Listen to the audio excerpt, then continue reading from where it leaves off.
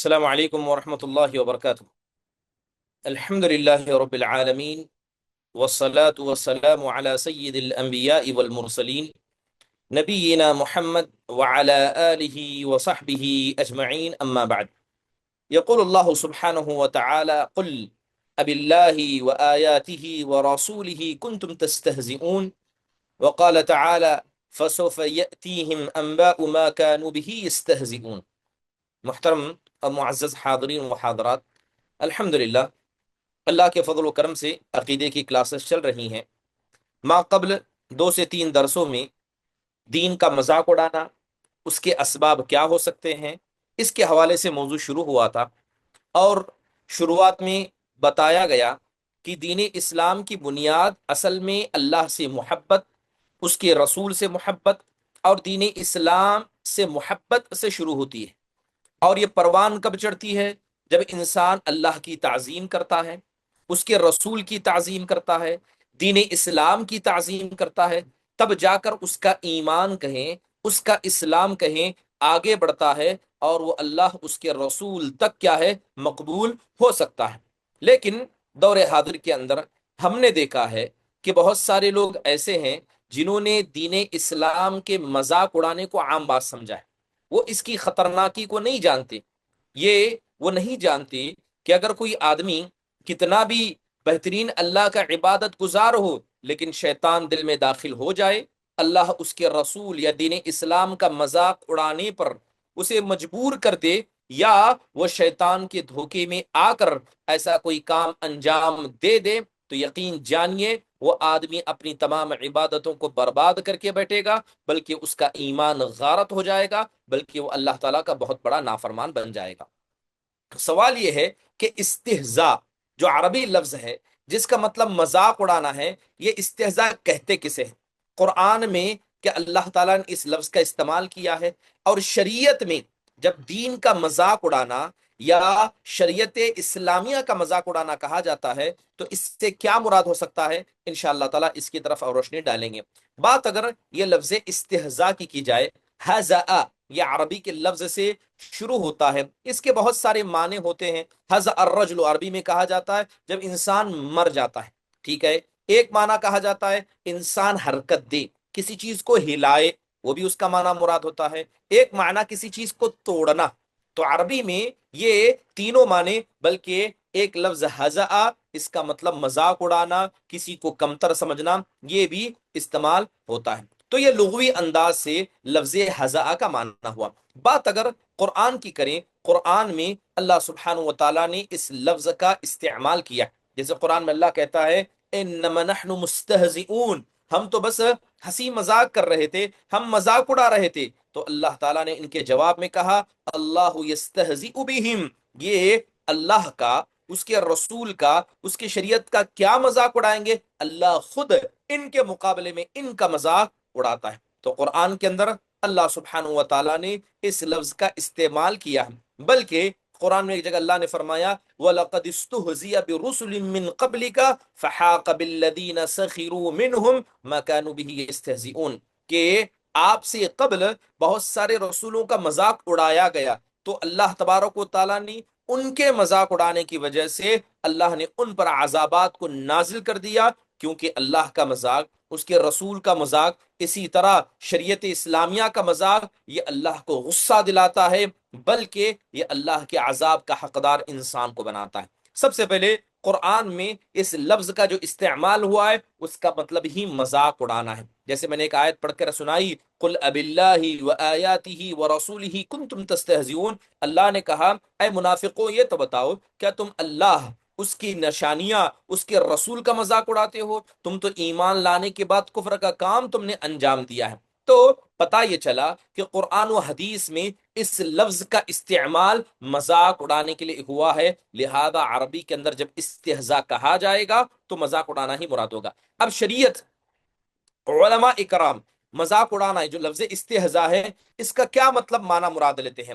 تو علامہ ابن تیمیہ رحمہ اللہ کہتے ہیں کہ یہ جو لفظ ہے، استہزاء لفظ ہے، یہ یقیناً بذات خود اس بات کی طرف اشارہ کرتا ہے اس بات کی طرف اشارہ کرتا ہے کہ دین کو مذاق اڑانا یا دین کا مذاق اڑانا اصل میں شریعت اسلامیہ کو گالی دینے کے جیسا ہے۔ آپ اگر مذاق اڑائیں گے چاہے اللہ کا، اس کے رسول کا، صحابہ اکرام کا، علماء اکرام کا، دین کے شعائر کا، تو حقیقت میں آپ نے انہیں گالی دی۔ اور شریعت میں یہ بات واضح ہے کہ جو اللہ کو گالی دی، اس کے رسول کو گالی دے، شریعت اسلامیہ کے حکم پر عمل کرنے کی وجہ سے کسی انسان کو، چاہے وہ صحابہ ہو، سلف صالحین ہو، وقت کے علماء ہو، ان کو مذاق اڑائے، یہ گالی دینا انسان کے اعمال کو برباد کر کے اسے کفر کے دروازے تک لے جاتا ہے۔ بلکہ علامہ ابن تیمیہ رحم اللہ نے صاف فرمایا کہ آپ آسمان کو گالی دیں، زمین کو گالی دیں، سمندر کو گالی دیں، سورج چاند کو گالی دیں،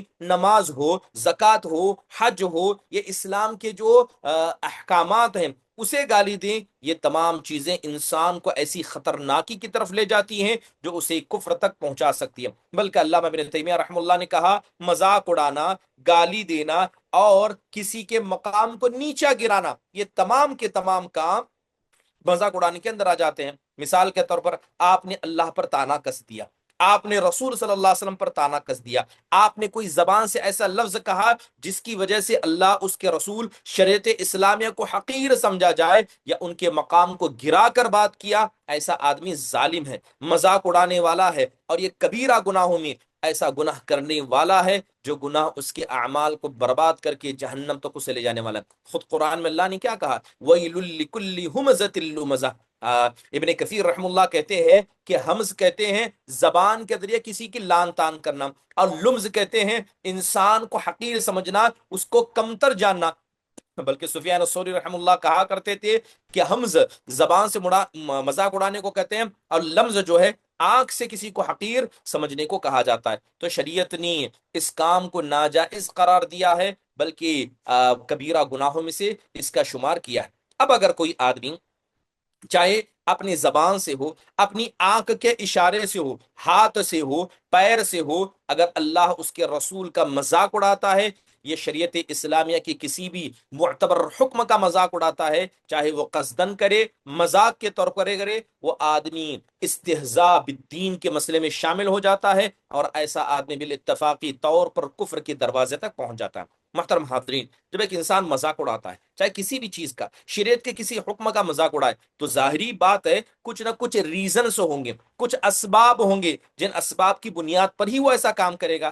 آئیے سب سے پہلے ہم دیکھتے ہیں کہ داخلی اسباب، انسان کے نفس کے اندر کی وہ اسباب کون سے ہو سکتے ہیں جس کی وجہ سے وہ اللہ کا، اس کے رسول کا، شریعت اسلامیہ کا، صحابہ کا، علماء کا مذاق اڑا سکتا ہے۔ تو سب سے پہلے ہم داخلی اسباب دیکھیں گے، اس پر گفتگو کریں گے، اس کے بعد ان اسباب کی طرف جائیں گے جو خارجی ہیں، جو ایکسٹرنل ہیں۔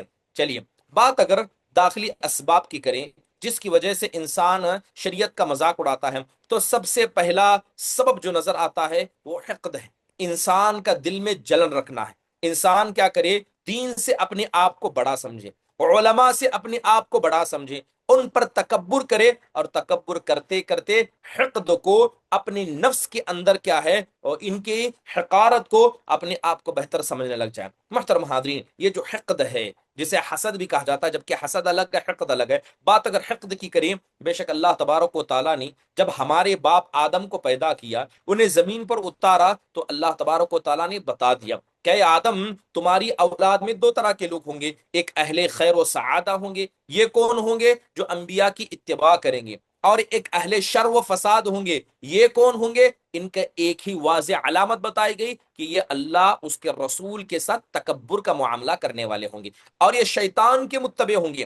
تو لہذا ان دونوں کے درمیان بنیادی فرق ہے۔ مسلمان آپس میں محبت کو بانٹتے ہیں، اسلامی اخوت کو بانٹتے ہیں، جبکہ جو اہل شر ہیں وہ اپنے دلوں میں تکبر رکھتے ہیں، وہ تکبر کرتے ہیں اللہ کی عبادت میں، رسول صلی اللہ علیہ وسلم کی بات کو ماننے میں، صحابہ علماء کو حقیر جان کر اپنے آپ کو بہتر جاننے میں۔ حقیقت میں یہ شیطان کے متبع ہیں۔ اللہ تبارک و تعالیٰ نے اہل ایمان کے بارے میں کہا وَأَنَّ هَذَا صِرَاطِي مُسْتَقِيمًا فَاتَّبِعُوهُ، کہ اے ایمان والو، یہ میرا سیدھا راستہ ہے، جسے اللہ کے رسول نے بتایا، جس پر صحابہ چلے، جو علماء تمہیں نشاندہی کرتے ہیں، یہ سیدھا راستہ ہے، اس کی تم اتباع کرو۔ جبکہ اہل حقد، اہل فساد، ان کا راستہ کیا ہے؟ اللہ کہتا ہے وَلَا تَتَّبِعُوا السُّبُلَ فَتَفَرَّقَ بِكُمْ عَنْ سَبِيلِهِ ذَلِكُمْ وَصَّاكُمْ بِهِ لَعَلَّكُمْ تَتَّقُونَ، کہ تم سیدھے راستے کو چھوڑ کر دائیں اور بائیں جانب کے راستے کو نہ اپناؤ، وہ تمہیں سیدھے راستے ہٹا کر رکھ دیں گے۔ اللہ تو تمہیں وصیت کرتا ہے، نصیحت کرتا ہے تاکہ تم اللہ تبارک و تعالیٰ سے ڈرنے والے بن جاؤ۔ بلکہ اللہ تبارک و تعالیٰ نے آدم کی اولاد سے، ہم سے یہ عہد و پیمان لیا کہ ہم نہ شیطان کی عبادت کریں گے نہ اس کی اتباع کریں گے، لیکن اگر کوئی آدمی ایسا کرتا ہے تو وہ وعدہ جو اس نے اللہ کے ساتھ کیا اسے توڑتا ہے۔ جیسے اللہ تعالیٰ نے سورہ یاسین میں کہا الم اعہد الیکم یا بنی آدم اللہ تعبدوا الشیطان انہ لکم عدو مبین وان اعبدونی ھذا صراط مستقیم۔ اللہ کہتا ہے اے آدم کی اولاد، کیا میں نے تم سے عہد و پیمان نہیں لیا تھا کہ تم شیطان کی اتباع نہیں کرو گے، جبکہ تم کو میں نے بتایا ہے کہ وہ کھلم کھلا تمہارا دشمن ہے، تم میری عبادت کرو کیونکہ میری عبادت یہ سیدھا راستہ ہے۔ لیکن جن لوگوں نے تکبر کیا، اللہ تبارک و تعالیٰ کی آواز کو نہ سنا، نہ رسولوں کی دعوت کو سنا، بلکہ ان کے دل میں دین کو ناپسندگی پیدا ہوگی، ان لوگوں نے دین کو قبول کرنے کے بجائے اسے جھٹلایا، اس کا مذاق اڑایا، جو دین والے لوگ تھے ان کے ساتھ مکر کیا، انہیں دھوکہ دیا، جیسے کہ زمانے جاہلیت کے حالات کو ہم نے دیکھا۔ محترم حاضرین، جو بھی آدمی خیر کو ناپسند کرے گا وہ اللہ کے رسول کو ناپسند کرے گا، جب وہ اللہ کے رسول کو ناپسند کرے گا، شریعت اسلامیہ سے نفرت کرے گا، اس کے بعد ایک ہی چیز بستی ہے کہ وہ آدمی اللہ کو بھی ناپسند کرے گا، اللہ سے ملاقات کو ناپسند کرے گا۔ محترم حاضرین، یاد رکھیے زمانے جاہلیت سے، چاہے وہ پہلے زمانہ لے، انبیاء کے وقت کا زمانہ لیں، سارے انبیاء نے جو واضح پیغام دیا وہ یہ تھا کہ اسلام کو اپناؤ، اس کی نافرمانی سے بچو۔ اللہ تعالیٰ کہتا ہے قوم ثمود کے بارے میں وَأَمَّا ثَمُودُ فَهَدَيْنَاهُمْ فَاسْتَحَبُّوا الْعَمَى عَلَى الْهُدَى، کہ ہم نے سمود کو ہدایت عطا کی، لیکن ان لوگوں نے کیا کیا؟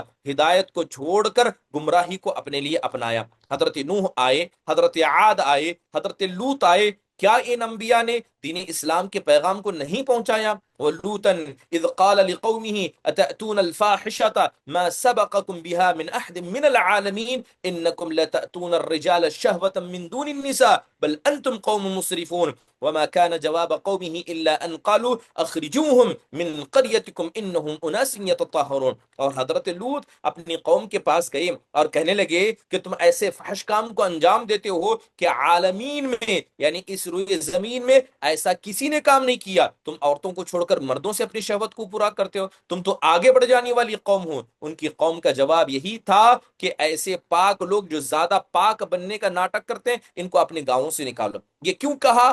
انہوں نے ان کے دل میں ناپسندگی تھی، ان کے دل میں حقد تھا، اہل ایمان سے نفرت۔ یقیناً یہ ایسا معاملہ ہے جو انسان کو اللہ اس کے رسول کا مذاق اڑانے والا بنا کر رکھ دیتا ہے۔ اب جتنی قوموں کا میں نے ذکر کیا، چاہے وہ زمانے جاہلیت کے لوگ ہوں، کیوں وہ اللہ کے رسول سے لڑے تھے؟ کیوں صحابہ کے خلاف انہوں نے اعلان جنگ کیا تھا؟ صرف دل کے اندر موجود حقد کی وجہ سے۔ اسلام آیا، اسلام نے سب سے پہلے دل کو صاف کرنے کا حکم دیا، شرک کی گندگی کو صاف کرنے کا حکم دیا، قومی عصبیت جو تھی اسے ختم کرنے کا حکم دیا۔ اسلام نے آزاد کیا وثنیت سے، تعصب پرستی سے، بلکہ انسان کے مقام کو بلند کرتے ہوئے کہا وما خلقت الجن والانس الا لیعبدون، تمہارے زندگی کا مقصد نہ بت پرستی ہے، نہ اپنے خاندان کو آگے بڑھانا ہے، تمہاری زندگی کا مقصد ایک اللہ کی عبادت ہے۔ محترم حاضرین، جن لوگوں نے اس پیغام کا انکار کیا ان لوگوں نے تکبر کیا، اور جنہوں نے تکبر کیا یہ اللہ اس کے رسول کا مذاق اڑانے والے بن گئے۔ تو پہلی وجہ کہ انسان اللہ اس کے رسول کا یا شریعت اسلامیہ کا مذاق کیوں اڑاتا ہے؟ جب دل کے اندر وہ حقد کو پیدا کر لی، دل کے اندر نفرت کو پیدا کر لی، یہ حقد، یہ نفرت انسان کو مذاق اڑانے پر مجبور کر دیتی ہے۔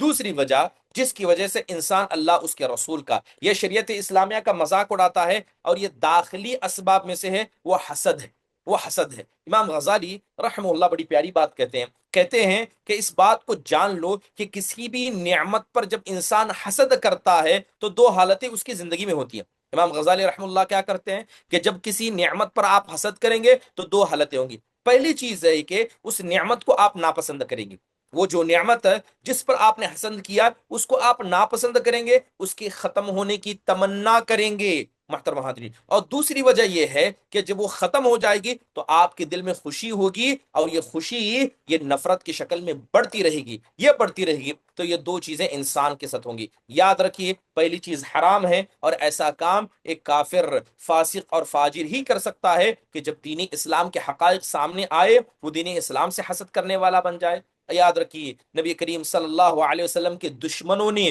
چاہے وہ زمانے عرب کے ہوں، ان لوگوں کی دل کی بیماری کیا تھی؟ یہی حسد تھی۔ انہوں نے رسولوں کے ساتھ حسد کیا، مومنوں کے ساتھ حسد کیا کہ اللہ تبارک و تعالیٰ نے ان کو کیوں چنا، اللہ نے ہمیں کیوں چھوڑا، اور اس میں سب سے آگے یہود و نصارہ تھی۔ جیسے کہ اللہ نے قرآن میں کہا، وَدَّ كَثِيرٌ مِّنْ أَهْلِ الْكِتَابِ لَوْ يَرُدُّونَكُم مِّن بَعْدِ إِيمَانِكُمْ كُفَّارًا حسدا من عند انفسهم من بعد ما تبين لهم الحق فاعفوا واصفحوا حتى ياتي الله بامره ان الله على كل شيء قدير۔ سورہ بقرہ کی آیت کریمہ ہے، اللہ کہتا ہے کہ بہت سارے اہل خطاب یہ چاہتے ہیں، یہ امید رکھتے ہیں، خواہش رکھتے ہیں کہ تم ایمان کو چھوڑ کر کفر کی طرف لوٹاؤ، اور ایسا کیوں چاہتے ہیں؟ صرف اپنے دل میں موجود حسد کی وجہ سے، جبکہ حق انہیں پتا ہے۔ آپ انہیں معاف کیجئے، انہیں درگزر کر دیجئے، یہاں تک کہ اللہ تبارک و تعالیٰ کا فیصلہ ان کے پاس نازل نہ ہو جائے۔ تو یہودیوں نے دین اسلام کو قبول کیوں نہیں کیا؟ صرف حسد کی بنیاد پر۔ محترم حاضرین، حسد ایک ایسا گناہ ہے کہ انسان کو اللہ کا نافرمان بنا دیتا ہے۔ حسد ایک ایسی حدیث ہے، ایک نفس کا ایک ایسا معاملہ ہے کہ جس کے دل میں آئے، مان لیجئے کہ حقیقت میں اللہ تعالیٰ نے اسے عذاب سے دوچار کیا ہے، کیونکہ حسد بذات خود یہ اللہ تعالیٰ کے عذابات میں سے ایک عذاب ہے۔ اور یہ حسد جب دین اسلام کے حوالے سے آ جائے، شریعت کے حوالے سے ہو جائے، شریعت پر عمل کرنے والے کی وجہ سے ہو جائے، تو ایسے وقت میں انسان کا دین پر قائم رہنا، ایسے وقت میں اللہ اس کے رسول کا بن کر رہنا، یہ بڑا ہی ناممکن سا نظر آتا ہے۔ لہذا انسان کو خصوصی طور پر ایمان والے کو اپنے دل کو حسد کے اس خطرناک دلی مرض سے بچانا چاہیے۔ اب کیسے اس کا علاج کیا جا سکتا ہے؟ علم کے ذریعے حسد کا علاج ہوتا ہے، عمل کے ذریعے۔ اگر انسان کے دل میں علم نافع آ جائے کہ جس چیز کی مجھے تکلیف ہے وہ حقیقت میں ہے ہی نہیں، بلکہ اللہ تبارک و تعالیٰ نے میری تقدیر میں ہر چیز کو لکھ دیا ہے، وہ اللہ کا صحیح مطیع فرما بردار بن جائے، تقدیر پر ایمان لانے والا بن جائے، اللہ نے جس کو جو دیا اس پر خوش ہو جائے، تو اس کے دل سے حسد کا خاتمہ ہو سکتا ہے۔ اور اللہ کے نبی نے کہا تھا کہ حسد دل میں یہ نیکیوں کو کھا جاتی ہے، اسی طرح جس طرح لکڑی آگ کو کھا جاتی ہے۔ آپ نے کتنی بھی نیکیاں کی ہوں گی، دل میں حسد کو لائیے، دھیرے دھیرے وہ نیکیاں دن اور رات ختم ہونے لگتی ہیں، انسان کو پتہ نہیں چلتا ہے، مگر اللہ کے فرشتے ہر چیز کا حساب لکھ رہے ہیں، اللہ کے فرشتے ہر چیز کو جانتے ہیں۔ لہذا یہ دوسری اہم وجہ ہے جس کی وجہ سے انسان اللہ اس کے رسول کا مذاق اڑاتا، حسد ہے۔ تیسری بڑی وجہ جو دلی کی وجہ سے ہوتا ہے وہ کبر ہے، وہ تکبر ہے۔ تکبر کسے کہا جاتا ہے؟ تکبر کہا جاتا ہے کہ انسان اپنے آپ کو بہتر سمجھے، سامنے والے کو حقیر سمجھے، اس کا حق نہ ادا کرے، اس کو تکبر کہا جاتا ہے۔ یاد رکھیے، انسان کے دل میں تکبر آ جائے، یقیناً یہ چیز انسان کو ہلاک و برباد کرنے والی ہے۔ کیوں ہے؟ کیونکہ تکبر کرنا یہ اللہ کی صفت ہے، جیسے اللہ قرآن میں کہتا ہے العزیز الجبار المتکبر، یہ اللہ کی صفت ہے کہ اللہ عزیز ہے، اللہ جبار ہے، اللہ متکبر ہے۔ دوسری اہم بات کہ جو آدمی تکبر کرتا ہے حقیقت میں اتنا حقدار ہے نہیں، اس کے پاس اتنی صلاحیتیں نہیں ہے، لیکن اس کے بعد بھی اپنے آپ کو ایسا سمجھتا ہے، وہ جھوٹا ہے، دل کا جھوٹا ہے، اپنے آپ کو بہتر، دوسروں کو حقیر سمجھ رہا ہے، وہ تکلف اپنے نفس کے ساتھ کر رہا ہے، جبکہ وہ ایسا نہیں ہے۔ جیسے اللہ تعالیٰ نے کہا فَبِئْسَ مَثْوَى الْمُتَكَبِّرِينَ كَذَلِكَ يَطْبَعُ اللَّهُ عَلَى كُلِّ قَلْبٍ مُتَكَبِّرٍ، اللہ تکبر والے دلوں پر مہر لگا دیتا ہے، اللہ ان کا بڑا برا ٹھکانہ بنا دیتا ہے۔ بلکہ ایک حدیث میں اللہ کے نبی علیہ الصلوۃ والسلام نے کہا العز ازارہ والکبریاء رداؤہ فمن ینازعنی عذبتہ۔ اللہ کے نبی علیہ الصلوۃ والسلام کہتے، اللہ تعالیٰ کہتا ہے کہ انسان کا عزت کا مطالبہ کرنا، تکبر کو اپنانا، تکبری اللہ کی چادر ہے۔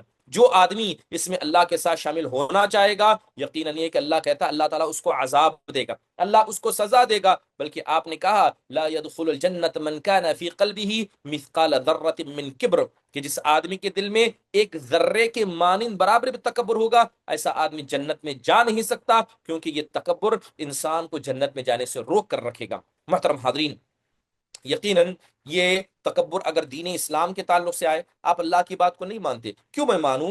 میری مرضی کوئی آدمی نبی صلی اللہ علیہ وسلم کی حدیث کو سنا رہا ہے، کہتے ہیں کہ من چاہے گا تو عمل کروں گا، نہیں چاہے گا تو عمل کروں گا، آپ کے کہنے سے میں کیوں عمل کروں؟ صحابہ کو حقیر سمجھے، وہ علماء اکرام جو دین کی باتیں بتاتے ہیں، کہتا میں ان کی بات ان کی بات نہیں مانتا۔ اللہ معاف فرمائے، یہ دور حاضر کا وہ دور ہے کہ تکبر دلوں پر راج کرتا ہے۔ قرآن کی آیتیں بتا رہی جا رہی ہیں، حدیثیں بیان کی جا رہی ہیں، حق سمجھا جا رہا ہے، لیکن لوگ عمل کرنے سے دور ہیں۔ انسان عمل نہ کرے، علم بھی رکھے اور عمل سے دور ہو جائے، یہ انسان کو تکبر کی طرف لے جاتا ہے، اور تکبر ایسی بیماری ہے جو انسان کو برباد کرنے کے لیے کافی ہے۔ آپ جائیے ما قبل قوموں کو پڑھیے کہ ان کے ہلاکت کی وجہ کیا تھی؟ بڑی تکبر تھی۔ یہود کی ہلاکت کی وجہ تکبر تھی، انہوں نے اللہ تبارک و تعالیٰ کے دین کو سمجھا، لیکن جب عمل کرنے کی بات آئی اس کو چھوڑ دیا۔ جیسے قرآن میں اللہ کہتا ہے وَلَوِ اتَّبَعَ الْحَقُّ أَهْوَاءَهُمْ لَفَسَدَتِ السَّمَاوَاتُ وَالْأَرْضُ وَمَنْ فِيهِنَّ، کہ لوگوں نے چاہا کہ ہم جیسا چاہیں شریعت اسلامیہ ویسی ہو جائے۔ اللہ کہتا ہے کہ اگر شریعت اسلامیہ لوگوں کے خواہشات کے اعتبار سے ہوتی تو آسمان و زمین میں کب کا فساد آ گیا ہوتا۔ یہ جو شریعت اسلامیہ کے احکام ہیں یہ ویسے ہیں جیسے اللہ چاہتا ہے، یہ ویسے ہیں جیسے رسول صلی اللہ علیہ وسلم نے ہمیں پہنچایا ہے۔ آپ کی اپنی رائے، آپ کی ذاتی خواہشیں سب کو سائڈ میں رکھ دیجئے اور شریعت اسلامیہ پر عمل کیجئے، وہی آدمی مسلمان ہے۔ مسلمان کون ہے؟ جو اپنی سر کو اللہ کے سامنے جھکائے، الاستسلام للہ بالتوحید، توحید کو اپنائے، اللہ اس کے رسول کی بات کو مانے۔ حقیقت میں یہ عبادت ہے، یہی حقیقت میں انسان کے لیے کیا ہے؟ کفر سے اور شرک سے بچنے کا اہم ذریعہ تکبر بھی ہے۔ محترم حاضرین، تکبر یہ داخلی اسباب میں ایک اہم وجہ ہے، بلکہ اللہ کے نبی علیہ الصلوۃ والسلام نے کہا کہ جو آدمی تکبر کرتا ہے وہ اللہ تبارک و تعالیٰ کی نگاہ میں بڑا ظالم بن جاتا ہے۔ تکبر کرنے والا لوگوں کے حق کو نہیں مانتا۔ چلیے، یہ بنیادی طور پر تین وجوہات ہیں جس کی وجہ سے انسان مذاق اڑاتا ہے۔ چوتھی وجہ یہ ہے نفاق۔ چوتھی وجہ جس کی وجہ سے انسان مذاق اڑاتا ہے وہ نفاق۔ نفاق یہ عربی لفظ ہے، یہ نفق سے ہے۔ نفق کسے کہتے ہیں؟ یہ اصل میں سرنگ کو کہتے ہیں، ٹھیک ہے، پہاڑوں کے بیچ میں جو سرنگ بنائی جاتی ہے اس کو نفق کہتے ہیں۔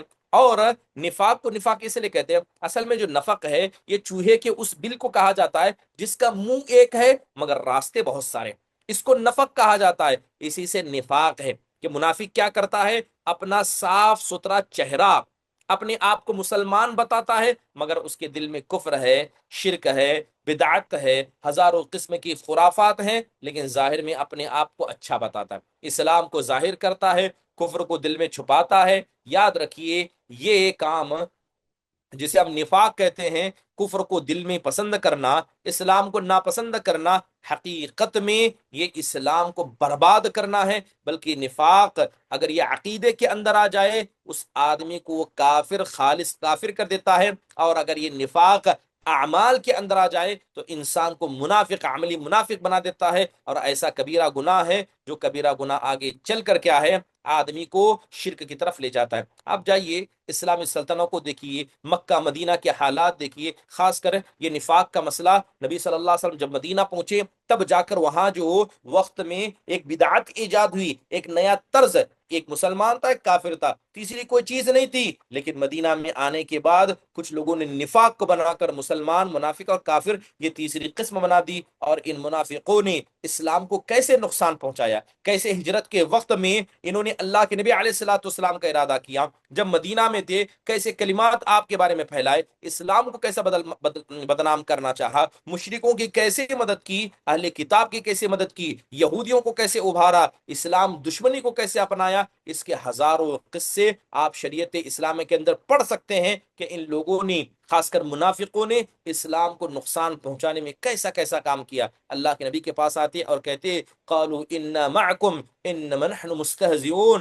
آ کر کہتے ہیں ہم تو آپ کے ساتھ ہیں، اور جیسے اللہ کے نبی سے دور جاتے کہتے ہم تو ان کا مذاق اڑاتے ہیں۔ مگر اللہ تبارک و تعالیٰ نے ان کے اس حقیقی نفاق کو لوگوں کے سامنے کھول کر رکھ دیا، یہ بتا کر رکھ دیا کہ ان لوگوں کی حالتیں کیا ہیں، کس طرح کا مذاق اڑاتے ہیں۔ کس کا مذاق اڑاتے ہیں؟ یہ صحابہ کا مذاق اڑاتے ہیں، یہ اللہ کے نبی کا مذاق اڑاتے ہیں، اور اللہ کے نبی کا، صحابہ کا مذاق اڑانا یہ اللہ اس کے رسول کو تکلیف دینا ہے۔ اللہ تبارک و تعالیٰ نے قرآن میں ان کے بارے میں کہا وَإِذَا رَأَيْتُهُمْ تُعْجِبُكَ أَجْسَامُهُمْ وَإِن يَقُولُوا تَسْمَعْ لِقَوْلِهِمْ، کہ ان کا مکر، ان کا جھوٹ، ان کا مذاق اڑانا مومنوں کے ساتھ ایسا ہے کہ یہ دو دو چہرے کے ہیں۔ جسم سے ہٹے کٹے سامنے نظر آئیں گے، ان کی بات آپ کو پسند آئے گی، لیکن حقیقت میں یہ کیا کہتے ہیں؟ یا ایھا الرسول لا يحزنک الذین یسارعونکم فی الکفر، اللہ تعالیٰ نے آپ کو نبی صلی اللہ علیہ وسلم کو تسلی دیتے ہوئے کہا کہ جو لوگ ظاہر میں اسلام کو اپناتے ہیں، دل میں کفر کو چھپاتے ہیں، ایسے لوگ آپ کو غمزدہ نہیں کر سکتے۔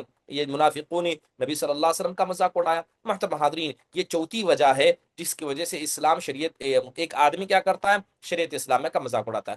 پانچویں وجہ جہالت ہے۔ جہالت، انسان کو نہیں پتا کہ شریعت اسلامیہ کا مذاق اڑانا کسے کہتے ہیں، ٹھیک ہے؟ وہ اللہ کی عظمت کو نہیں جانتا، اللہ کی محبت کتنی ضروری ہے اسے نہیں جانتا۔ نبی صلی اللہ علیہ وسلم ہو، شریعت اسلامیہ ہو، اس کے علاوہ صحابہ ہو، علماء ہو، ان کے مقام و مرتبے کو نہیں جانتا، تو وہ جہالت کی بنیاد پر کیا ہے؟ انسان کسی کا بھی مذاق اڑا سکتا ہے۔ لہذا جہالت سے بری چیز کوئی چیز نہیں ہے۔ اس لیے جب شریعت اسلامیہ آئی تو شریعت اسلامیہ نے آتے ہی سب سے پہلے جس چیز کا خاتمہ کیا وہ فخر تھا، اس کے علاوہ کبر تھا، تکبر تھا، اور ان تمام چیزوں کی وجہ جو اصل میں جہالت تھی، اسلام نے سب سے پہلے اس کو ختم کیا۔ محترم حاضرین، جہالت کہتے کسے؟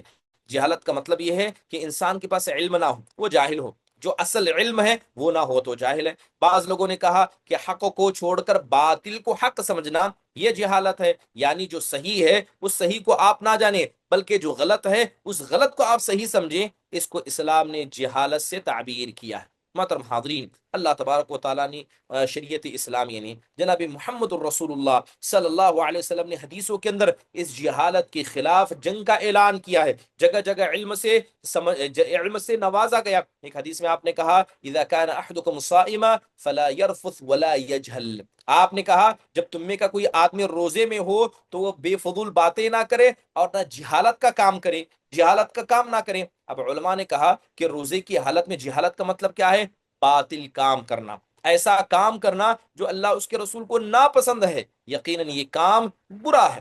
محترم حاضرین، اللہ کے نبی علیہ الصلوۃ والسلام نے حضرت ابو ذر غفاری سے کہا تھا انک امرؤ فیک جاہلیہ، اے ابو ذر آپ تو ان لوگوں میں سے ہے جن کے اندر ابھی بھی جاہلیت کی کیا ہے؟ بدبو پائی جاتی ہے، جاہلیت کے اعمال پائے جاتے ہیں۔ کیونکہ حضرت ابو ذر غفاری رضی اللہ عنہ نے ایک آدمی کو اس کی ماں کا نام لے کر عیب دلایا تھا، جبکہ یہ عیب دلانا زمانے جاہلیت کی حمیتوں میں سے تھا۔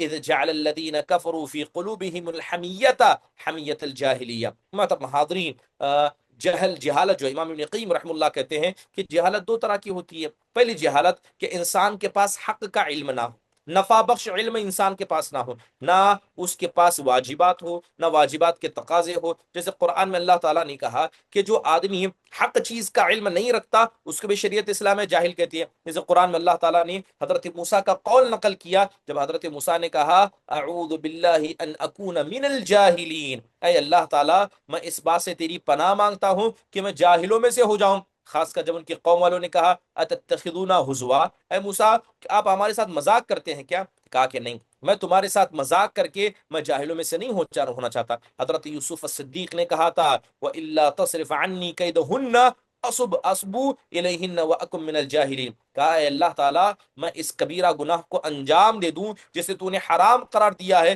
میں تب تو جاہلوں میں سے ہو جاؤں گا۔ محترم حاضرین، جہالت کہا جاتا ہے کہ ہر اس کام کو جو انسان نافرمانی کی بنیاد پر کہا جاتا ہے، یعنی جو بھی اللہ کی نافرمانی کرے وہ جاہل ہے۔ اسی لیے حضرت ابن عباس کہتے ہیں کل من عصى اللہ جاہل، کہ جو بھی اللہ تبارک و تعالیٰ کی نافرمانی کرتا ہے وہ جاہل ہے۔ محترم حاضرین، اور جہالت کیا ہے؟ انسان کو علم حاصل کرنے سے روکتی ہے، بلکہ جہالت کی وجہ سے انسان بسا اوقات اللہ کا مذاق اڑا دیتا ہے، اس جرم عظیم کو انجام دیتا ہے، رسول صلی اللہ علیہ وسلم کا مذاق اڑاتا ہے، شریعت اسلامیہ کا مذاق اڑاتا ہے، اور اسے پتہ بھی نہیں چلتا کہ وہ کب اسلام سے کفر کے دروازے تک پہنچ گیا۔ لہذا یہ جہالت اتنی خطرناک چیز ہے۔ چلیے، یہ 5 اسباب تھے۔ ایک چھٹا سبب ہے جو انسان کو مذاق اڑانے پر ابھارتا ہے، وہ ہے ایمان کی کمزوری، عقل کی کمزوری۔ انسان کا ایمان کمزور ہو جائے، اس کی عقل کمزور ہو جائے، جب یہ دونوں چیزیں سمجھ میں، یعنی دونوں چیزیں کمزور ہو جائیں گی تو وہ اہل السنہ والجماعہ کے منہج کو چھوڑ دے گا۔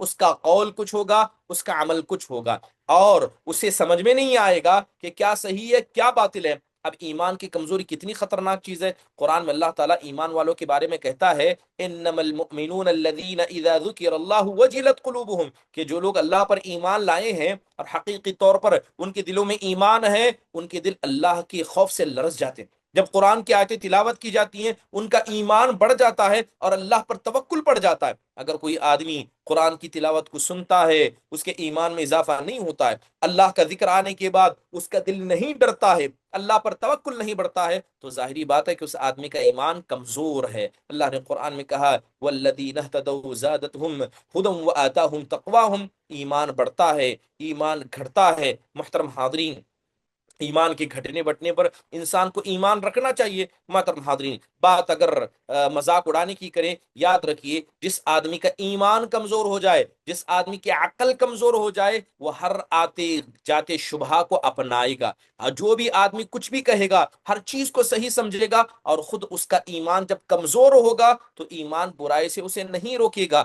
دشمن اس کے دل پر آ جائے گا، شیطان اسے کفر کی طرف لے جائے گا، بدعت کی طرف لے جائے گا. اور بنی آدم کی گمراہی کی ایک بنیادی وجہ یہی ایمان کی کمزوری ہے، جس کی وجہ سے وہ شریعت اسلامیہ کا بسا اوقات مذاق اڑاتا ہے. مثال کے طور پر غزوہ تبوک کے موقع پر صحابہ کو جب مذاق اڑایا گیا، وہ کس وجہ سے اڑایا گیا؟ کیونکہ ان کی عقل، ان کا ایمان اتنا کمزور تھا کہ منافقوں نے کہا ما رأینا مثل قرائنا هؤلاء ارغب بطونا ولا اکذب السینا ولا اجمن عند اللقاء. ان لوگوں نے، منافقوں نے غزوہ تبوک کے موقع پر کہا تھا کہ ان قرآن پڑھنے والی قاریوں سے زیادہ کھانے کے بھوکے، زبان کے جھوٹے اور دشمن کی ملاقات کے وقت بزدل میں نے ہم نے نہیں دیکھا. محترم حاضرین، ان کا یہ قول بتاتا ہے کہ ان کا ایمان اتنا کمزور تھا کہ انہوں نے حق کو کبھی جانا نہیں، انہوں نے کفر کو صحیح سمجھا اور کفر کو اپنا لیا، جبکہ یہ اسے صحیح سمجھ کر یہ کام کر رہے تھے. یہ عقل کی بھی کمزوری تھی کہ وہ جو وہ دین جو اللہ تعالیٰ نے نازل کیا، جس پر عمل کرنے والے صحابہ کرام ہیں، ان کے ایمان کی گواہی اللہ اس کے رسول دے رہے ہیں، لیکن ان کی عقل اتنی کمزور تھی کہ انہی کا مذاق اڑا کے سمجھتے کہ ہم اچھا کام کر رہے ہیں. محترم حاضرین، آخر کار نہ ان کو توبہ کا موقع ملا، نہ ان لوگوں نے کوئی توبہ کا کام کیا. محترم حاضرین، بات اگر دین کی مذاق اڑانے کی کریں، یاد رکھیے دین کا مذاق اڑانا انسان کو سیدھے کفر تک لے جاتا ہے، اور یہ انسان کی ایمان کی عقل کی کمزوری ہے. جیسے قرآن میں اللہ تبارک و تعالیٰ نے مذاق اڑانا، عمومی طور پر مذاق اڑانا، اس جرم کو بتاتے ہوئے کہا یا ایھا الذین آمنوا لا يسخر قوم من قوم عسى ان يكونوا خيرا منهن ولا نساء من نساء عسى ان يكن خيرا منهن ولا تلمزوا انفسكم ولا تنابزوا بالالقاب بئس الاسم الفسوق بعد الايمان ومن لم يتب فاولئك هم الظالمون. اللہ تعالیٰ نے کہا ایمان والو، کوئی قوم کسی قوم کا مذاق نہ اڑائے. ہو سکتا ہے کہ وہ ان سے بہتر ہو. نہ کوئی عورتوں کی جماعت کسی اور جماعت کا مذاق اڑائے، ہو سکتا ہے کہ ان سے بہتر ہو. نہ اپنی نفسوں کو تو برا بلا کہو، نہ لوگوں کو برے القاب سے پکارو. اسلام یعنی یہ جو فسق ہے، یہ جو کبیرہ گناہ ہے، ایمان لانے کے بعد بڑا ہی برا ہے. جو آدمی توبہ نہیں کرے گا ایسا آدمی ظالموں میں سے ہو جائے گا. محترم حاضرین، آیت کے اندر 3 چیزوں سے ڈرایا گیا. سب سے پہلے بتایا گیا کہ یہ کام حرام ہے، مذاق اڑانے کا کام حرام ہے. دوسری بات یہ ہے کہ مذاق اڑانے والا خود انسان کیا ہے؟ عقل کا کمزور ہے، جاہل ہے، بلکہ صاف طور پر کہا جائے تو وہ بیوقوف ہے. اور تیسری بات یہ ہے کہ ایسے لوگ فتنہ اور فساد کو عام کرتے ہیں. جو لوگ لوگوں کا مذاق اڑاتے ہیں ایسے لوگ فتین ہیں، فسادی ہیں، اور ان کی ایمان کی عقل کی کمزوری یہاں تک انہیں لے جاتی ہے کہ وہ لوگوں کا مذاق اڑاتے اڑاتے اللہ کا، اس کے رسول کا اور دین اسلام کا بھی مذاق اڑا دیتے ہیں. 7ویں چیز جو انسان کے اندر اللہ اس کے رسول کا مذاق اڑانے کی وجہ بن سکتی ہے، وہ مال کی محبت ہے. جب انسان کے دل میں مال کی محبت آ جائے، کیا وہ اللہ کی عزت کرے گا؟ کیا اس کے رسول کی تعظیم کرے گا؟ کیا ان کے فرامین پر عمل کرے گا؟ قرآن میں تو اللہ تبارک و تعالیٰ نے مال کی فتنے کے بارے میں صاف فرمایا وَاعْلَمُوا أَنَّمَا أَمْوَالُكُمْ وَأَوْلَادُكُمْ فِتْنَةٌ وَأَنَّ اللَّهَ عِندَهُ أَجْرٌ عَظِيمٌ. جان لو، سمجھ لو، اس بات کو غور سے سنو کہ تمہارے مال، تمہارے اولاد تمہارے لیے آزمائش ہے، فتنہ ہے، اور اللہ تعالیٰ کے پاس جو عمل کرنے کی بات ہے، جو اختبار ہے، جو امتحان ہے، اللہ تعالیٰ کے نزدیک اس کا اجر بڑا عظیم ہے. محترم حاضرین، امام ابن حجر رحم اللہ کہتے ہیں کہ مال انسان کو اللہ کی اطاعت سے روک دیتا ہے، اس لیے یہ فتنہ ہے۔ اور حدیث کے اندر آپ نے کہا ان لکل امت فتنہ وفتنۃ امتی المال، کہ ہر امت کا ایک اہم بڑا فتنہ ہوتا ہے اور میری امت کا فتنہ یہ مال ہے۔ لہذا مال آنے سے انسان تکبر ہو جاتا ہے، وہ بندوں کو حقیر سمجھنے لگتا ہے، وہ اپنے آپ کو بہتر، اپنے اندر کمالات کو دیکھنے لگتا ہے جبکہ اس کے اندر کمال نہیں ہوتا ہے۔ محترم حاضرین، اللہ کے نبی صلی اللہ علیہ وسلم نے ایسے لوگوں کی بربادی کا اعلان کرتے ہوئے کہا تعیس عبد الدینار والدرہم والقطیفۃ والخمیسہ ان اعطی رضی وان لم یعطى لم یرضى، کہ دینار و درہم کے بندے یہ ہلاک و برباد ہو گئے، مال دیا جائے تو خوش ہوتے ہیں، مال نہ دیا جائے تو ناراض ہو جاتے ہیں۔ محترم حاضرین، یقیناً یہ مال کی محبت انسان کو یہ اس کام پر آمدہ کرتی ہے کہ انسان کیا کرتا ہے، لوگوں کا مذاق اڑاتا ہے، اور لوگوں کا مذاق اڑاتے اڑاتے وہ آگے جا کر اللہ کا، اس کے رسول کا، شریعت اسلامیہ کا حکام کا مذاق اڑانے لگتا ہے، اور ایسا آدمی حقیقت میں کیا ہے، اپنے آپ میں بربادی کو آگے کر دیتا ہے۔ محترم حاضرین، یہ کچھ بنیادی اسباب تھے جو انٹرنل ہیں، جو داخلی ہیں، جس کی بنیاد پر انسان کیا ہے، ہنسی یعنی مذاق اڑاتا ہے۔ انشاءاللہ تعالی آئندہ آنے والے درس میں ذکر کیا جائے گا کہ خارجی اسباب، یہ دل کے نہیں باہر کے اسباب، جیسے اندھی تقلید ہے، ما قبل امتوں کے اندھی تقلید کرنا، عقیدے کا انحراف آ جانا، اور اسی طرح بہت سارے لوگ جو خیر کا کام کرتے ہیں ان کے اندر کمزوری کا آ جانا، یا مرتد ہونے سے، بے دین ہونے سے انسان کا نہ ڈرنا، یہ کچھ خارجی اسباب ہیں۔ انشاءاللہ تعالی آئندہ آنے والے درس میں ان خارجی اسباب کا ذکر کیا جائے گا جو انسان کو کیا ہے، ہنسی مذاق کرتے کرتے اللہ اس کے رسول تک پہنچنے کا راستہ بنا دیتے ہیں۔ وہ انسان کب ایمان سے کفر کی طرف چلا جاتا ہے اسے نہیں پتہ چلتا۔ انشاءاللہ تعالی اس کے حوالے سے آئندہ درس میں گفتگو کی جائے گی۔ اللہ تعالیٰ سے دعا ہے اللہ تعالیٰ ہم سب کو اپنی ایمان کی حفاظت کرنے والا بنائے۔ اللہ اس کے رسول کا مذاق کیسے ہوتا ہے، کیا ہوتا ہے، اسے جاننے پہچاننے اور جتنا ہو سکے اس سے دور رہنے کے اللہ ہم کو توفیق دے۔ اس کے بعد انشاءاللہ تعالی وقت بچتا ہے تو دکھایا جائے گا کہ مذاق اڑانے کی شکلیں کیا کیا ہو سکتی ہے، کس کس طرح مذاق اڑایا جا سکتا ہے۔ سب سے پہلے ذکر کریں گے کہ ما قبل امتوں نے کیسا مذاق اڑایا، کیسے اللہ کا مذاق اڑایا، کیسے دین کا مذاق اڑایا، کیسے رسولوں کا مذاق اڑایا۔ جب ما قبل امتوں کے مذاق اڑانے کا طریقہ سمجھیں گے تب آپ کو پتا چلے گا کہ اگر کوئی آدمی ان کے طرز پر چلتا ہے تو کیسے ہلاکت و بربادی کو اپنے گھر تک، اپنے دل تک دعوت دے دیتا ہے۔ تو ما قبل امتوں کے مذاق اڑانے کے طریقے کو ہم دیکھیں گے تب جا کر سمجھ میں آئے گا کہ بسا اوقات انسان اپنی زبان سے بڑی عام باتیں کہتا ہے، ان عام باتوں کو بڑا نہیں سمجھتا، مگر حقیقت میں وہ اللہ، اس کے رسول اور اس کے شریعت کے مذاق اڑانے کی وجہ بنتے ہیں۔ اللہ معاف فرمائے، لوگ قرآن پڑھتے ہیں ما قبل امتوں نے کیسے رسولوں کا مذاق اڑایا اسے دیکھتے ہیں، اور وہی کام صحابہ کے حوالے سے، وقت کے علماء کے حوالے سے کرتے ہیں، اور اسے کیا ہے، دین کا حصہ سمجھتے ہیں، اسے برا نہیں سمجھتے۔ ضروری ہے اس کے علاوہ اللہ تعالیٰ کا مذاق ما قبل شریعتوں میں کیسے اڑائے اس کا بھی ذکر انشاءاللہ تعالیٰ کیا جائے گا۔ اللہ تعالیٰ ہم سب کو اپنے دین کی حفاظت کرنے والا، اللہ کی، اس کے رسول کی شریعت کی تعظیم کرنے والا، ان کی محبت کو دلوں میں رکھنے والے سے بنائیں، آمین۔ اقول قولی هذا واستغفر الله لي ولكم ولسائر المسلمين من كل ذنب فاستغفروه انه هو الغفور الرحیم۔ کسی کو کوئی سوال ہو تو مختصر انداز سے پوچھ لیں۔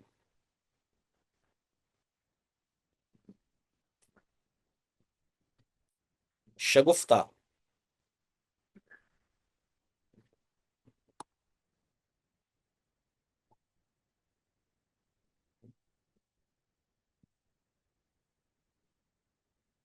علما۔ السلام علیکم ورحمۃ اللہ وبرکاتہ شیخ۔ السلام ورحمۃ اللہ وبرکاتہ۔ شیخ، میرا سوال یہ ہے کہ ایمان کو مضبوط رکھنے کے کچھ پوائنٹس بتا دیجئے کہ ایمان کہ کیسے مضبوط رکھا جائے اور ان خرافات سے کیسے بچا جائے۔ دیکھیے، ایمان کو مضبوط رکھنے کے لیے سب سے پہلے آپ کو جاننا ہوگا کہ ایمان کو کمزور کون سی چیزیں کرتی ہیں، ٹھیک ہے؟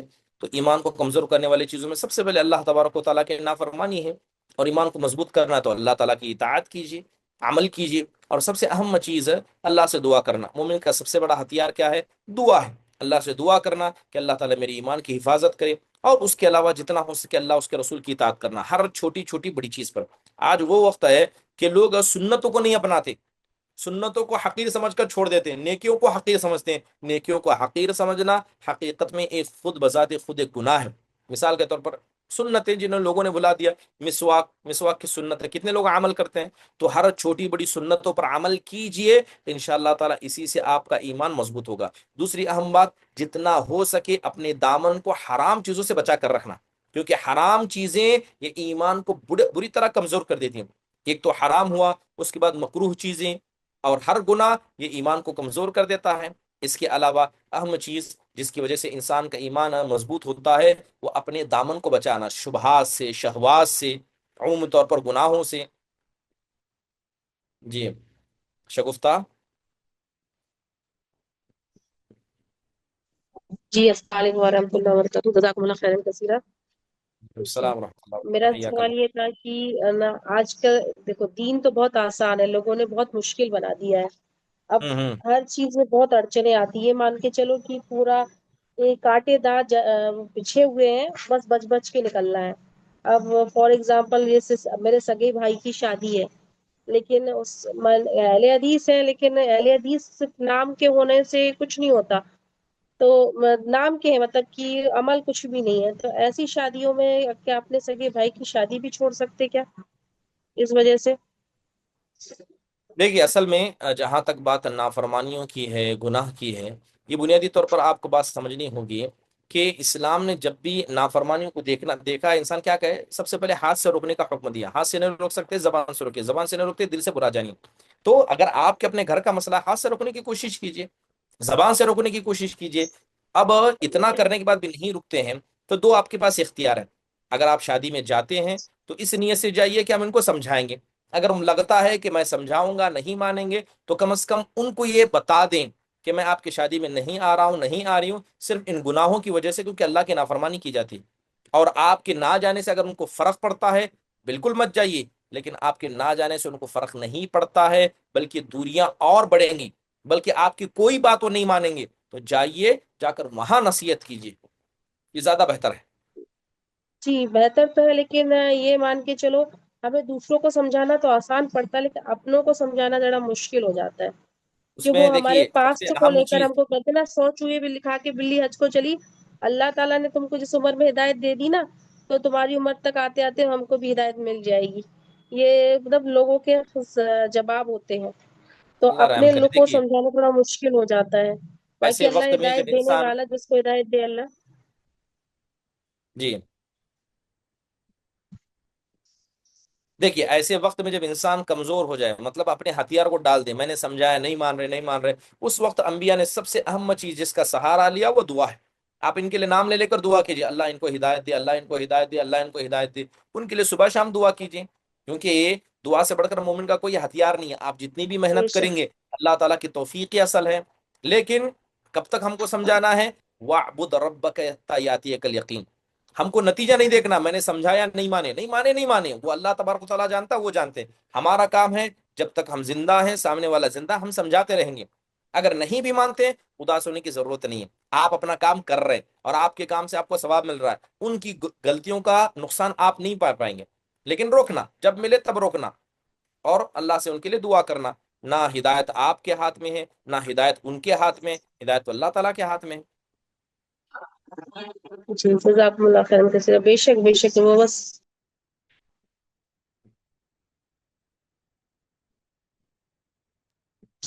جی جزاکم اللہ خیرا یا کثیرا۔ کلام یا بلال۔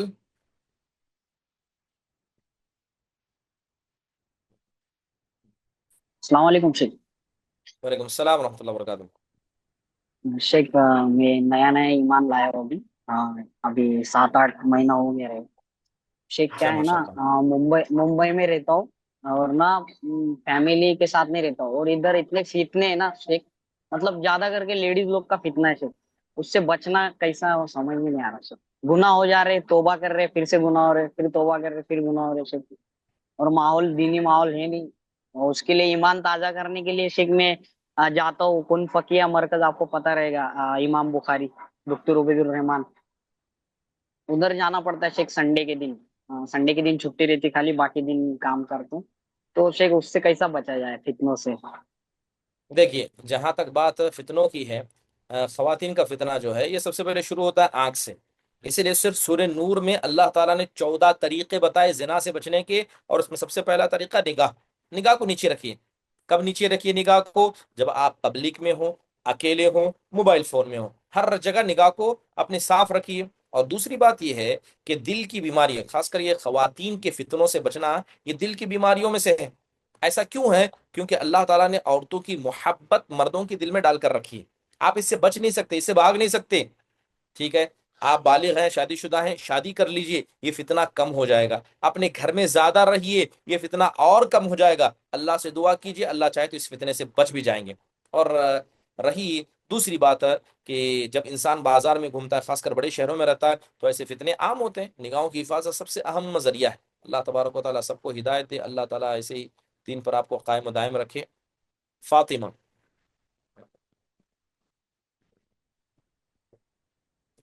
جی السلام علیکم شیخ. شیخ یہ علیہ السلام ورحمۃ بدعہ کے کھانوں کا کیا حکم ہے؟ ایکچولی میرے ہسبینڈ جو ہے بریلوی ہیں اور ہمارے گھر میں برسی وغیرہ سب مطلب ہوتی ہے، تو اب وہ کھانا ہم کھا سکتے ہیں یا نہیں؟ دیکھیے، رہی مسئلہ بدعتی کا حکم کیا ہے. دیکھیے، بدعت یہ کبیرہ گناہوں میں سے بسا اوقات بدعت انسان کو کفر کی طرف لے جاتی ہے. اور جس گھر میں بھی آپ ہیں، سب سے پہلے سب کو سمجھائیے، پیار محبت سے رہیے. خاص کر جب اس مسئلے میں آپ کے شوہر انوالو ہیں، تو ہمیشہ نرمی محبت کا لہجہ ہی اپنانا ہے. اس کے علاوہ دوسرا، دعا کرنا ہے ان کے لیے، جو راستے ہو سکتے ہیں اس کو اپنانا ہے. اب اگر برسی وغیرہ گھر میں ہوتی ہے تو کوشش کرنا ان کھانوں سے بچنے کی. لیکن آپ ایسے گھر میں ہیں، آپ کی ساس، آپ کے سسر، آپ کے شوہر سب ہیں، اور اگر آپ یہ کھانے کو نہیں کہیں، ہو سکتے ہیں اور مسائل بڑے. ٹھیک ہے، تو اوائڈ کرنے کی کوشش کیجیے. لیکن مجبور ہوں تو ایسا بھی اتنا مجبور نہیں ہونا کہ آپ سب سے راستہ توڑ دیں، لڑائی جھگڑے کے مسائل پیش آئے. نہیں، کھا لیجیے. آپ مجبور ہیں، اللہ تعالیٰ ان کو دیکھے گا، لیکن جو دعوت کا کام اسے کبھی نہیں چھوڑنا. اور بسا اوقات اور ہوتا یہ ہے کہ ایک انسان اس ایک گناہ ٹائم سے بچنے کے لیے ہزاروں گناہوں کو، یعنی ہزاروں فتنوں کو انجام دے دیتا ہے. سمجھانا، یہ جو ایک ایک کو سمجھانا. سب سے پہلے شوہر کی ذمہ داری بنتی ہے کہ انہیں سمجھایا جائے. اور یہ لوگ درگاہوں پر بھی لے کے جاتے ہیں زبردستی، تو وہاں کا جو بس فاتحہ دے کے وہ اسپیشلی وہ کھا سکتے کیا؟ نہیں، وہ کھانا تو جائز وہ نہیں ہے، پہلی بات ہے. وہ کھانا تو جی جائز نہیں ہے. جتنا ہو سکے جی اس سے بچنے کی کوشش کیجیے. لیکن اس سے زیادہ ضروری ہے کہ آپ اپنے گھر والوں کو سمجھائیے، اور اس کی شروعات اپنے شوہر سے کیجیے، اور اس کی شروعات دعا کے ذریعے کیجیے. اللہ سے دعا کرنا، اپنے شوہر کو پیار محبت سے سمجھانا، قرآن و حدیث کی باتیں ان کے سامنے رکھنا. ایک بار شوہر آپ کی بات میں آ گئے، انشاءاللہ تعالی آپ نے آدھا مسئلہ جیت لیا. باقی رہا گھر کا مسئلہ، وہ شوہر کے حوالے. جی شیخ. اور یہ جو نماز کا مردوں کا ہے، سورہ فاتحہ کا مسئلہ، سورہ فاتحہ جو مرد لوگ مطلب ہماری مسجدوں میں سورہ فاتحہ یہاں کے مرد حضرات نہیں پڑھتے، تو اس سے نماز نہیں ہوتی. یہ اس معاملے میں ہم عورتیں کیا کر سکتے ہیں؟ میں نے میرے ہسبینڈ کو بتایا تھا، لیکن ہوں سارے یہاں کے جو مرد ہے، ایون ایک 100%، 100 تو بھی مسلمان مرد ہے، وہ سب سورہ فاتحہ نہیں پڑھتے. تو اب اس دیکھیے، معاملے اب میں میں کیا اکثر لوگ جو نہیں پڑھتے ہیں، خاص کر وہ جماعت تبلیغ ہو یا دیگر کوئی بھی فقہی یعنی احناف عمومی طور پر ہو، وہ سمجھتے ہیں کہ سورہ فاتحہ پڑھنا واجبات میں نہیں، سنتوں میں سے، جبکہ یہ نماز کے ارکان میں سے ہے، رکن میں سے ہے. اب رہا مسئلہ ان کی نماز قبول ہوگی نہیں ہوگی، ہم ان پر حکم نہیں لگائیں گے، لیکن اس کے نہ پڑھنے سے نماز نہیں ہوتی ہے، اتنی عام بات تو ہم ضرور کہیں گے. اب ان کے پاس ایک شبہ ہے جس کی بنیاد پر ایسی بات کرتے ہیں. آپ پڑھیے، اور جسے جانتے ہیں ان کو سب کو پڑھنے کا حکم دیجیے، کیونکہ نماز کے ارکان میں سے. اللہ کے نبی کی کتنی حدیثیں ہیں، لا صلاۃ لمن لم یقرأ بفاتحۃ الکتاب، اس کی نماز ہی نہیں ہوتی. جو سورہ فاتحہ کو، فاتحۃ الکتاب کو نہیں پڑھتا ہے، چاہے فرض ہو نفل ہو، نماز پڑھ رہا ہے، سورہ فاتحہ ہر حال میں، ہر رکعت میں واجب اور ضروری ہے، نماز کے ارکان میں سے.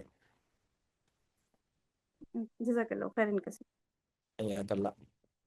ارسل علی. السلام علیکم ورحمۃ اللہ وبرکاتہ. وعلیکم السلام ورحمۃ اللہ. شیخ، حال ہی میں ایک رشتہ داروں کے گھر گیا تھا، تو وہاں نماز کا وقت ہو گیا تھا، تو میں نے وہاں نماز بھی پڑھی. وہاں نماز پڑھتے پڑھتے میرا دھیان ایک چیز پہ گیا. شیخ، وہاں پہ ان کے گھر میں مطلب وہ رینٹ سے رہتے ہیں، اور جن کا گھر تھا وہ ایک عالم کا گھر تھا، تو وہ باہر چلے گئے، اور ان نے اپنے گھر میں ہر کونے میں کیا بولتے ہیں اسے، بندش وغیرہ کچھ ٹیپ سے وہ لگائے تھے. تو ہوں شیخ، وہاں ایسے گھروں میں نماز پڑھنا کیا جائز ہوتا کہ نہیں ہوتا؟ دیکھیے، زمین جو بھی ہو اللہ کا گھر ہے، پڑھ سکتے ہیں، الا کہ وہاں قبر نہ ہو. ٹھیک ہے، قبر کی طرف سجدہ نہ ہو. اور رہا بندش وغیرہ کا مسئلہ، یہ جادو کا مسئلہ ہے، تو اس کی وجہ سے نماز پہ کوئی فرق ہے. کوئی مسجد میں آ کر بندش کر دے تو کیا آپ کہیں گے نماز نہیں ہوگی؟ نماز جب جگہ پاک ہے، آپ کے کپڑے پاک ہیں، اور اسی طرح آپ کا جسم پاک ہے، نماز کے ارکان واجبات ادا کر رہے ہیں، انشاءاللہ تعالی نماز ہو جائے گی. ٹھیک ہے، کون شیخ بقیہ چیزوں سے فرق نہیں پڑتا. میں نے رشتے دار کو بولا بھی تھا کہ یہ کیا ہے، میں نے کہا یہ تو چیز میں نے غلط ہوتا ہے. تو وہ کچھ نہیں بولے، وہ بولے کہ ہماری غلطی نہیں ہے، وہ جو سامنے والے نے لگا دیے تو ہم کیا کر سکتے ہیں. اور نہیں نہیں، بولے ہماری ہم رینٹ کوشش سے کرنا رہتے ہیں، ہم رینٹ سے رہتے تو بولے ہم وہ چیز کو ہٹا بھی نہیں سکتے ایسا. صحیح ہے. تو اس لیے گھر بدلنے کی کوشش کرنا، جب ایسی چیزیں خرافات ایسی جگہوں پر موجود ہیں تو گھر بدلنے کی کوشش کرنا. اللہ ہدایت دے. اکمل ناز. السلام علیکم ورحمۃ اللہ وبرکاتہ. السلام ورحمۃ اللہ وبرکاتہ. آج کا کلاس ہم تھوڑے کچھ مسئلے کی وجہ سے اٹینڈ نہیں کر سکے، پھر ہم یہ کلاس سننا ہو تو کیسا پھر؟ اس سے پہلے بارہا بتایا گیا ہے کہ IGEOC کا آفیشیل ویب سائٹ پر آپ جائیے، وہاں پر سارے ویڈیو ریکارڈڈ ہیں، فقہ کی ویڈیو ریکارڈڈ ہیں، عقیدے کی ریکارڈڈ ہیں. وہاں سے انشاءاللہ کس تعالیٰ میں؟ آپ کیا ہے، وہاں سے تمام ویڈیو کو سن سکتے ہیں باذن اللہ. لنک انشاءاللہ تعالیٰ ہو سکتا ہے جس گروپ میں آپ آتے ہیں وہاں یوٹیوب کی بھی لنک ہوتی ہے، وہاں سے انشاءاللہ حاصل کر سکتے ہیں. شبانہ.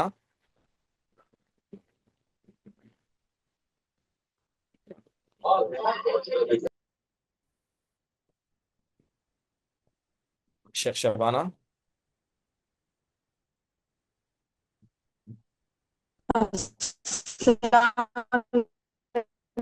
الحمد للہ وبرکاتہ. شیخ وعلیکم السلام ورحمۃ اللہ وبرکاتہ. جی السلام علیکم ورحمۃ اللہ وبرکاتہ. وعلیکم السلام ورحمۃ اللہ وبرکاتہ. جی بولیے.